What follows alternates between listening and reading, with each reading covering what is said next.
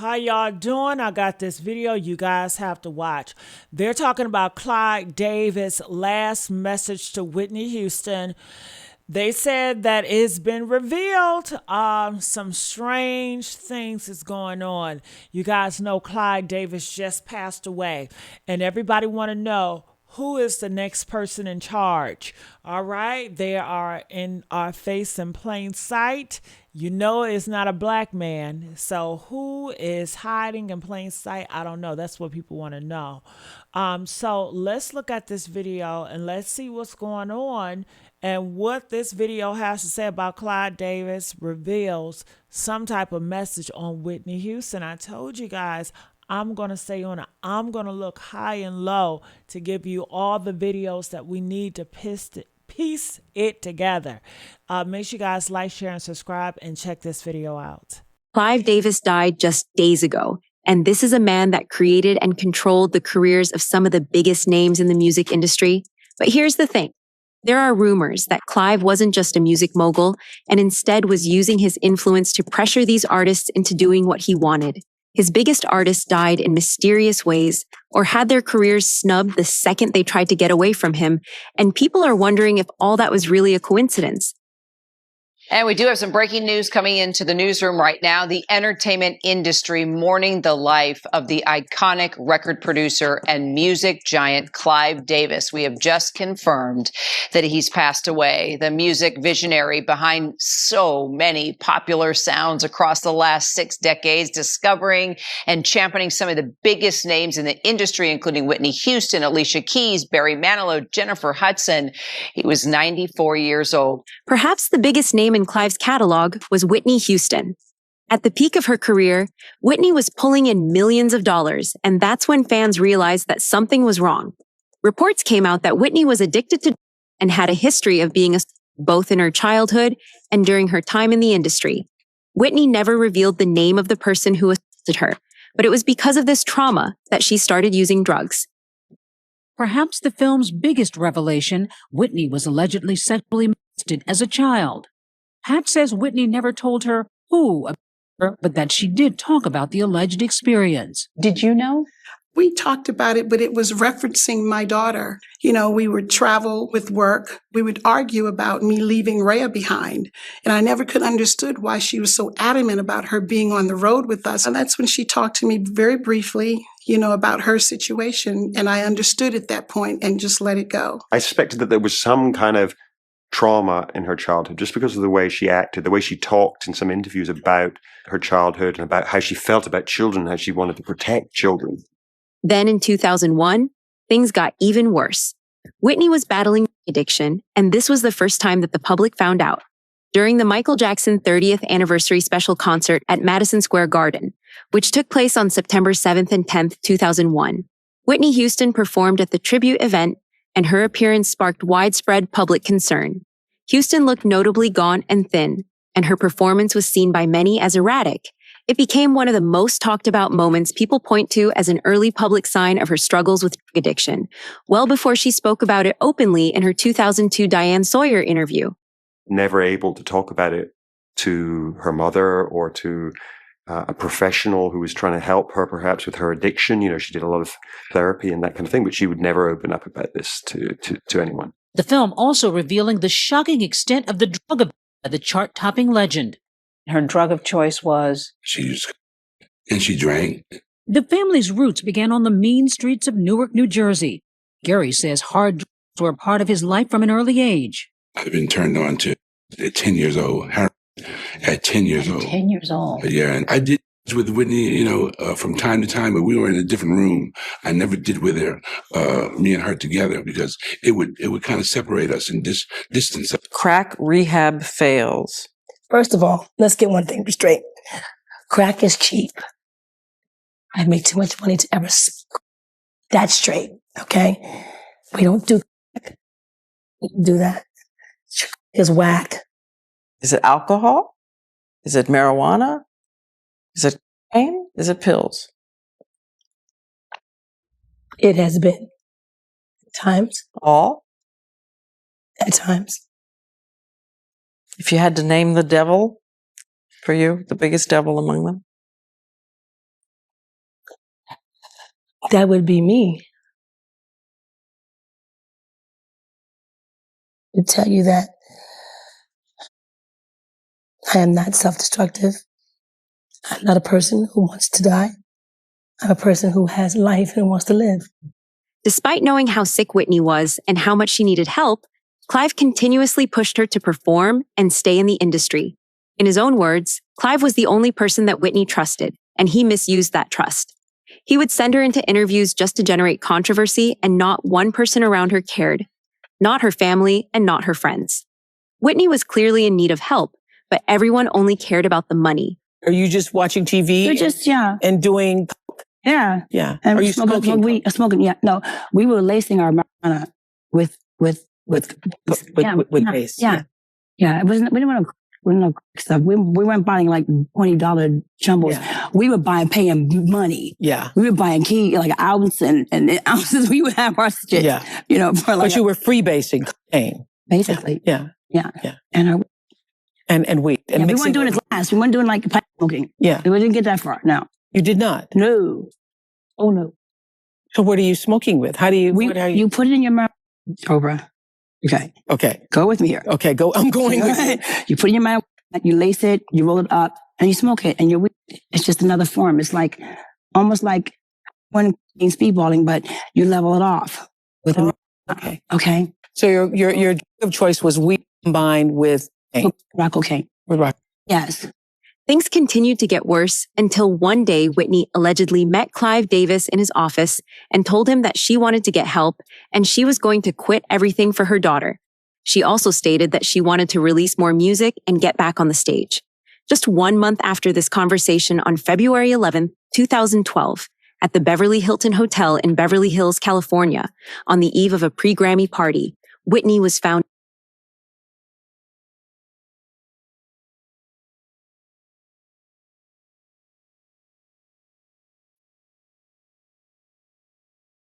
He was pulled from the bathtub.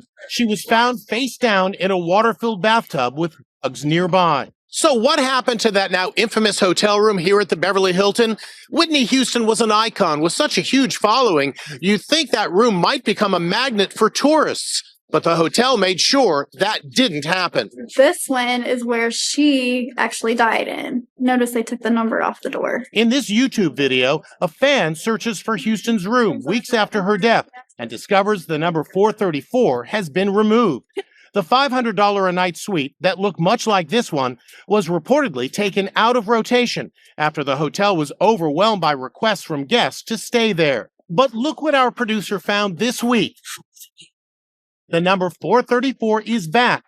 The Beverly Hilton told us, out of respect to the family and fans of Whitney, all original contents and furnishings of the guest room where she stayed were removed, and the space has been thoroughly refreshed. And here's where the story takes a completely shocking turn. While Whitey was dead in her bathroom and EMS was getting ready to transport her body, Clive Davis was downstairs partying. Everyone at that party knew that Whitey Houston was dead, just a few floors up, but they continued to party. In the words of Chaka Khan, it was insanity. You were, I think, going to go to the Clive Davis party. Yes. It was a surreal event where Whitney's body was still in the hotel, and there was this sort of party where apparently half the room were in tears, the other half were kind of partying. What did you feel about that? I thought that was complete insanity. And knowing Whitney, I don't believe that she would have said, the show must go on. She's the kind of woman that would say, stop everything. I'm not going to be there. You know, I don't know what could motivate a person to have a party in a building where the person whose life he had influenced so enormously and whose life had been affected by her. So they were like, I don't understand how that. I had Clive Davis by pure chance in here on Friday night with Jennifer Hudson, and he obviously worshipped Whitney, and I think he must have gone through agony when he heard this news, knowing it was 2 or 3 hours till this event. Right. And I think he took the decision to turn it into a tribute to her. And I understand that. I mean, he obviously was wrestling with the right thing to do. It would have been right if it really was a true tribute, and a true tribute, might have been a more honest tribute in my opinion, would have been maybe call everybody together, let's say a prayer, and let's eat dinner and go home. When Clive was questioned over it, he said that it was actually a tribute to Whitney. Keep in mind that this is the same person who claimed to care about Whitney and was the only one who knew that Whitney was planning to come back and be sober.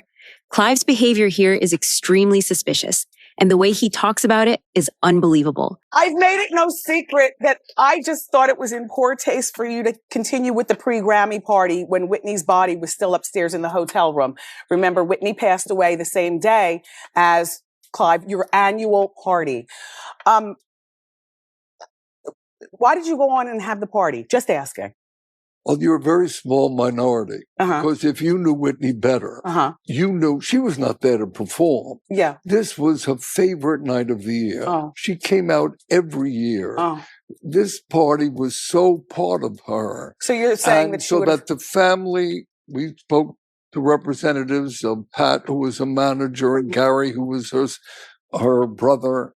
Her body was still upstairs. But we dedicated the evening. Whitney would have wanted this party to go on any more than the Grammys should stop.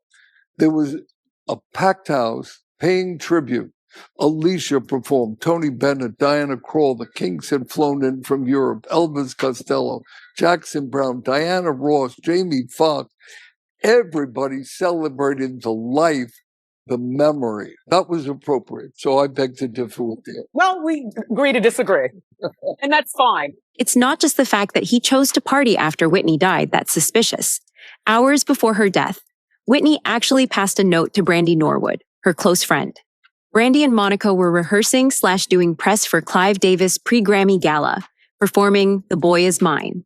Whitney showed up unexpectedly, and after their interviews, she quietly slipped Brandy a note and kissed her cheek saying, "This is for you." Allegedly in this note, she revealed that someone was after her. He discovered many artists, signed many artists, among them Sean Diddy Combs, Kelly Clarkson, who it is your exclusive, will not attend Clive Davis's funeral. Yeah, she wasn't there. Now, here's what the mainstream media will not report about Clive Davis. But it's well known in the music industry that he was a bad, bad guy.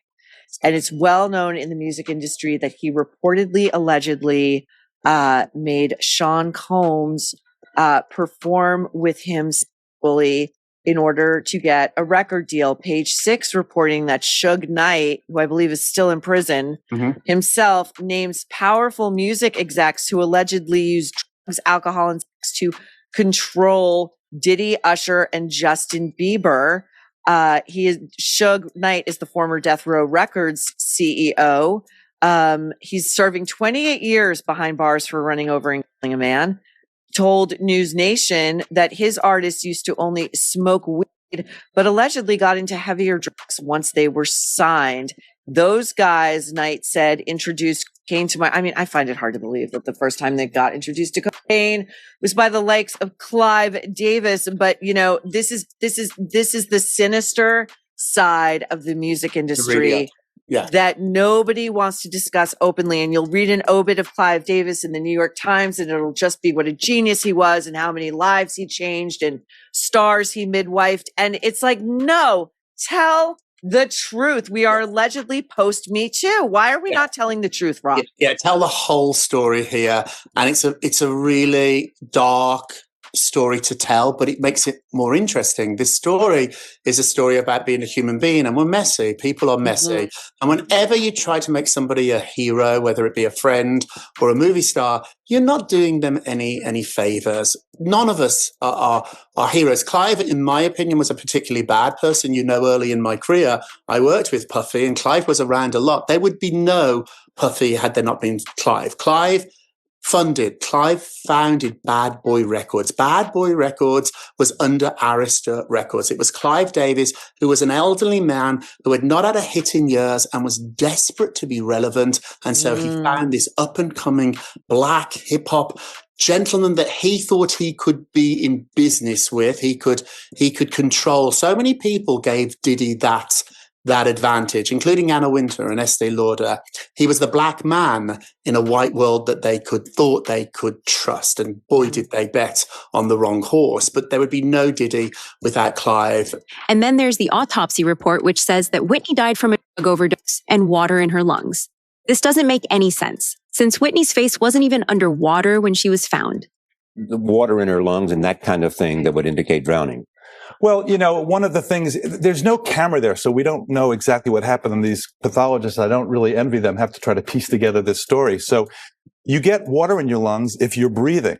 So how did she get water in her lungs? Well, she either had a heart attack and slipped into the water and she still had a few breaths and in they came, or she blacked out. Maybe she was unconscious because of a combination of the cocaine and these other medications, which they're saying did not contribute. Well, that's what I wanted to ask you about. And among those other medications, Xanax, which we've talked about recently on this program, Benadryl, something called Flexeril. And they said specifically these other drugs did not contribute to her death. Right. How do you know, I mean, as a pathologist, you're the coroner, you're looking at it, that they didn't play any role? I spoke to one of the assistants in the coroner's office last night who was part of this investigation. I specifically asked that question. You have Flexeril, which is a muscle.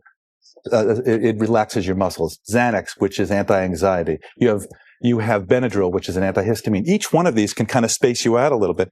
And then all together, they can have an effect. Now, he specifically said, and this is a new information that he told me last night, that the levels of those were either therapeutic or subtherapeutic. But then I said to him, okay, fine, they're therapeutic, but then in combination, can't they have an additive effect? He said, well, we're going to have to wait 2 weeks to see what the final report shows about that. So maybe it's not 100% that they didn't contribute. Well, they're saying they didn't contribute. And the last thing they need is some doctor 3,000 miles away that could guess them. The way Clive acts like he wasn't surprised at all by Whitney's death and continued to party is what makes everyone so mad. In an interview, Clive completely changed up what he had previously said and claimed that he was actually worried about Whitney. And Whitney had in fact listened to him and said that he would get clean. This means that Clive knew that Whitney was off drugs and trying hard to stay sober. If he knew that, then why wasn't he surprised over the news of her death? Some people, including Bishop Larry Gators, actually blame Clive for Whitney's death and claim that he's the person that arranged it. He gave her access to drugs and planted the evidence. This is why the autopsy report doesn't match up with what investigators saw at the scene. 1995 meeting in Beverly Hills in the home of Clive Davis, who was responsible for the murder of Whitney Houston. I said it. His days are numbered.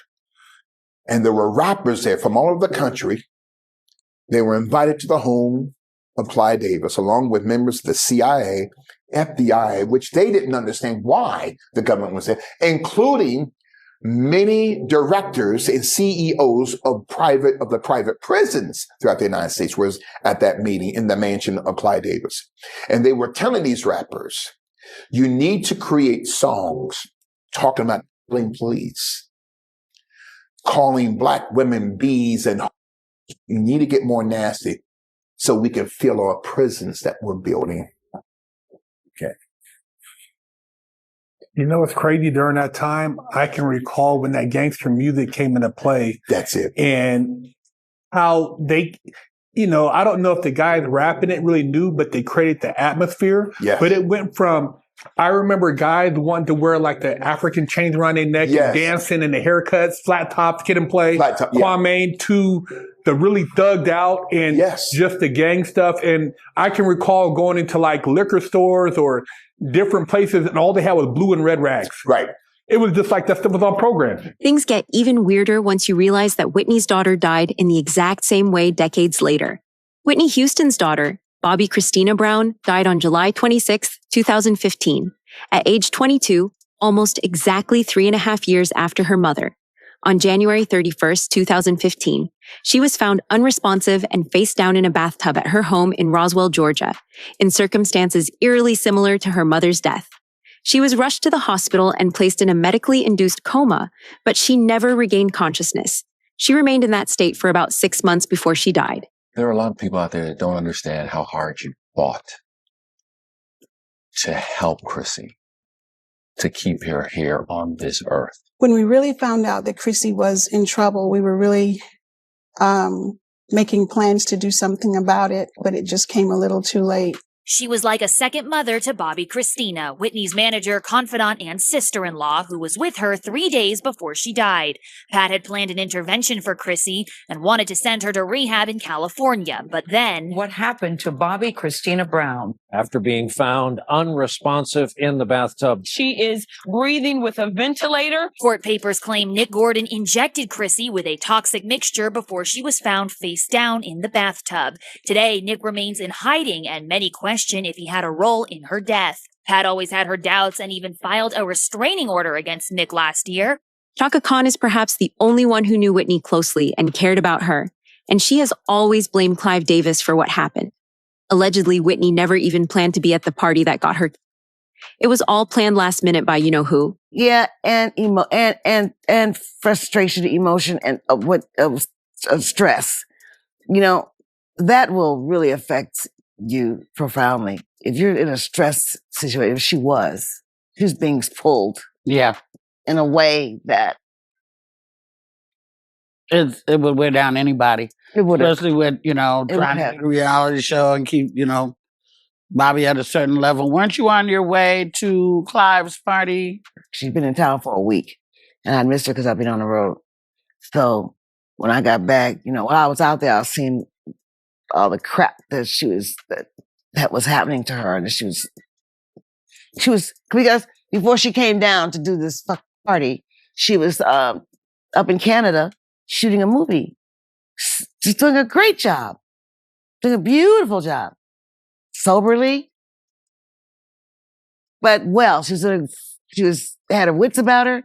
She was in a great place.